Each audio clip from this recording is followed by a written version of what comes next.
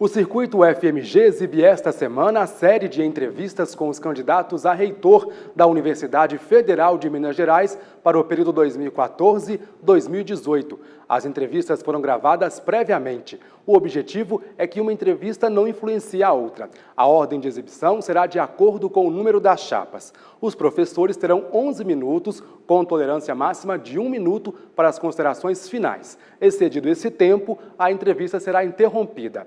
Em reunião da TV UFMG com os assessores, os candidatos se comprometeram a usar o tempo para apresentar as propostas e não citar o nome dos adversários.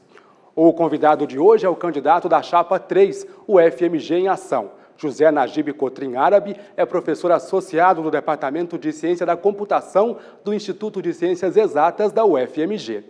Professor, muito obrigado por sua presença aqui no circuito. Eu que agradeço a oportunidade de apresentar algumas propostas. Vamos começar falando da sua principal proposta. Qual é a principal proposta, professor, do seu programa? A UFMG, como toda universidade, é um órgão muito complexo, mas para guiar as nossas propostas, a gente propõe que seja feito um grande debate sobre o papel que a UFMG tem a cumprir para a sociedade brasileira como uma universidade que faz parte de um complexo sistema de 63 universidades federais, que tem um papel estratégico no desenvolvimento do país. O papel de liderança, de protagonismo da UFMG e de respeito que ela tem em relação às outras universidades federais, torna essa discussão necessária, inclusive para que a gente programe qual será a participação da UFMG numa expansão necessária do ensino superior que ainda se dará nessa década. Ok, nos próximos anos a UFMG vai incorporar 2 novas unidades ao campus Pampulha, né? Isso. Que é a Escola de Arquitetura e a Faculdade de Direito. São 3.000 pessoas a mais aqui no campus, circulando pelas dependências do campus. Como é que o senhor vê isso? Assim? Como é que a sua gestão vai se preparar em relação à mobilidade urbana, às linhas de ônibus internas, estacionamento? A questão da mobilidade urbana é uma questão que só a universidade não pode resolver. É uma questão da cidade, as pessoas têm usado o carro por deficiências no transporte público. Mas algumas ações têm que ser tomadas internamente. Tá? Construir mais estacionamentos, que serão construídos por causa da vinda dessas 2 unidades, não serão solução definitiva, porque quanto mais vagas você disponibiliza, mais carros aparecem. Tá? Então, eu acho que nesse aspecto, a universidade vai ter que debater alguma forma de controle e restrição. E isso tem que ser longamente debatido com a comunidade para que seja decidido no Conselho Universitário. Agora, nós temos como aumentar a mobilidade internamente no campus, não só aumentando o número de ônibus que circulam para levar de umas unidades a outras aqui dentro do campus, como também implantando ciclovias, bicicletários e disponibilizando também um ônibus que faça uma ligação, um ônibus da universidade que faça uma ligação entre o campus da Pampulha e o campus Saúde, que vai continuar existindo no centro. Bom, pela lei de cotas, a partir de 2016, a UFMG vai ter que disponibilizar 50 das vagas para cotistas, entre eles estudantes de baixa renda, né, professor? Como é que o senhor vê isso e quais que são as suas propostas em relação à assistência estudantil? Claramente haverá uma necessidade de mais recursos. O governo federal sabe disso, sabe que a implantação da lei que está prevendo as cotas, ela não terá sucesso se simplesmente possibilitar a entrada de novos alunos na universidade. A permanência desses alunos é um problema importante, nós teremos que aumentar a moradia estudantil, aumentar o número de bolsas que são disponibilizados, mas nesse período de 2011 para hoje, já houve um aumento significativo na assistência estudantil no UFMG. Os 9 milhões de 2011, para 2014, no orçamento da União, já está sendo previsto em torno de 30 milhões de reais, o que significa mais de 3 vezes dos recursos aportados em 2011. Como é que a sua chapa, professor, trata a relação entre a universidade e a comunidade externa? Bom, as grandes atividades da UFMG em relação à comunidade têm a ver com extensão. A nossa extensão é uma atividade importante, integradora das atividades fim da universidade, de ensino e pesquisa. Nós vamos tentar incentivar mais isso ainda, incentivando os colegiais de graduação que deem mais créditos aos alunos em atividades de extensão. Um outro aspecto importante da participação da comunidade na universidade é a gente implantar o Conselho de Integração Comunitária, que está previsto no nosso estatuto e que até hoje não foi implantado, para que segmentos da sociedade civil tenham o que dizer e tenham como influir nas políticas que são desenvolvidas na universidade. Sendo parte desse conselho, escolhe alguns de seus membros para fazer parte do conselho universitário. é uma coisa que está prevista no nosso estatuto que a gente pretende implantar na nossa gestão, caso sejamos eleitos. Bom, uma das principais iniciativas da UFMG, ou exemplos dessa relação entre a comunidade externa e a universidade, é o Hospital das Clínicas, né, que atende 600 mil pessoas por ano.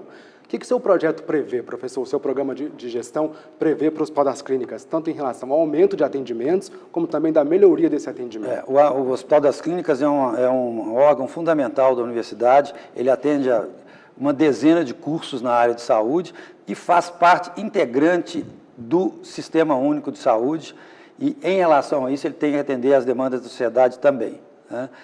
Nosso principal objetivo em relação ao Hospital das Clínicas é melhorar a gestão do Hospital das Clínicas, para que, com isso, a gente consiga ter mais eficácia na prestação de serviços e mais sucesso no atendimento aos pacientes do SUS. E, na sua visão, é possível aumentar os atendimentos do Hospital das Clínicas? O aumento de atendimentos lá vai depender do aporte de recursos adicionais, tanto em termos de instalações físicas, adequação de instalações físicas, quanto também em termos de recursos humanos, que é o principal problema que o Hospital das Clínicas tem atualmente. Ok, vamos falar agora um pouco sobre as ações culturais da UFMG e os eventos. O que o seu programa de gestão prevê, professor? Alguns eventos culturais da UFMG, que já são tradicionais, continuarão, nós temos que rediscutir, sempre fazemos isso, para mudar e para evoluir o Festival de Inverno, o Festival de Verão que tem sido... que foi criado há 5 anos atrás e que tem sido um sucesso na cidade, mas também atuação maior em outros eventos culturais, na apresentação e produção de outros eventos culturais para a cidade.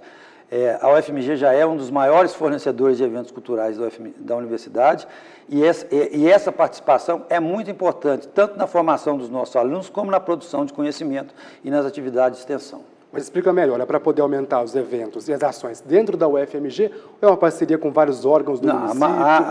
As ações devem ser feitas por iniciativa da UFMG, claro que pode ter colaboração externa também, um aumento das atividades, mas voltadas para a comunidade, para a cidade, para a participação da população de Belo Horizonte. Ok, como é que os estudantes vão poder participar do seu reitorado, professor? Bom, os estudantes têm participação fundamental na vida da universidade. O principal bem da universidade são os estudantes, e os estudantes, nós temos que, com a mudança da forma de acesso à Universidade Federal de Minas Gerais e da lei de cotas, nós vamos ter cuidado e um acompanhamento especial com o novo perfil de alunos que a gente vai receber aqui na universidade, com ações de permanência, bolsas, assistência estudantil, e vamos contar, e esperamos contar com a participação dos estudantes em todos os órgãos colegiados. Efetivamente, como é que eles vão poder participar? Já existe alguma coisa já planejada? Não, existe já. Nós vamos manter as representações que eles já têm, todos colegiados. A ação que a reitoria pode tomar, e todas as outras unidades, é incentivar uma participação efetiva dos estudantes em alguns colegiados, onde a presença deles não tem sido tão grande. Ok, vamos falar um pouquinho sobre os servidores. Qual é a importância deles? Que Bom, aí, olha, os servidores, esse é um ponto importantíssimo no nosso programa, que é a implantação de uma efetiva política de recursos humanos, coesa, integrada, para todos os servidores da universidade, mas, em particular, uma construção de uma política consistente e robusta para os servidores técnicos, administrativos em educação, que é um passivo que a universidade tem hoje, que eu acho que deve ser tratado com muita prioridade, porque todas as outras coisas para melhorar o desempenho da universidade dependem do trabalho desses colegas servidores técnicos administrativos. Na prática, já existe alguma coisa pensada para os servidores em relação à valorização, à promoção deles? Não, exatamente. A Pró-Reitoria de Recursos Humanos já tem várias ações destinadas aos servidores.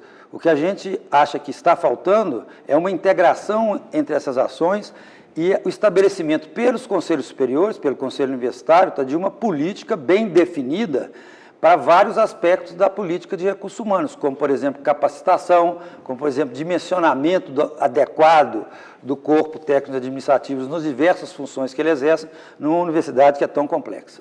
Agora, em termos de políticas de recursos humanos, principalmente para professores também, como é que o senhor vê isso, da formação continuada? A política de recursos humanos para docentes da universidade, ela já existe de uma maneira robusta há quase 30 anos. Ela tem que ser aperfeiçoada. Nós temos uma nova lei que entrou em vigor agora, dia 1º de março de 2013.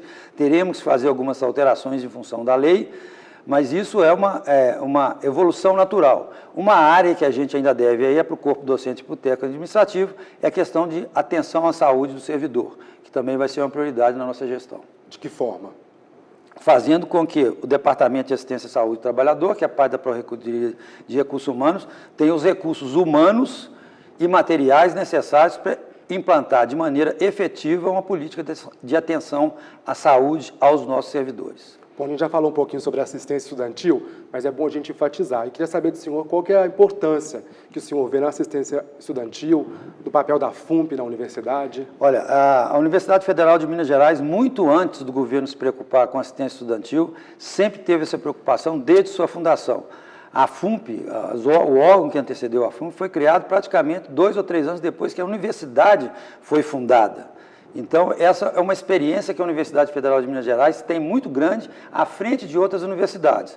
Então, a gente pretende apoiar a criação de uma pró-reitoria de assuntos estudantis,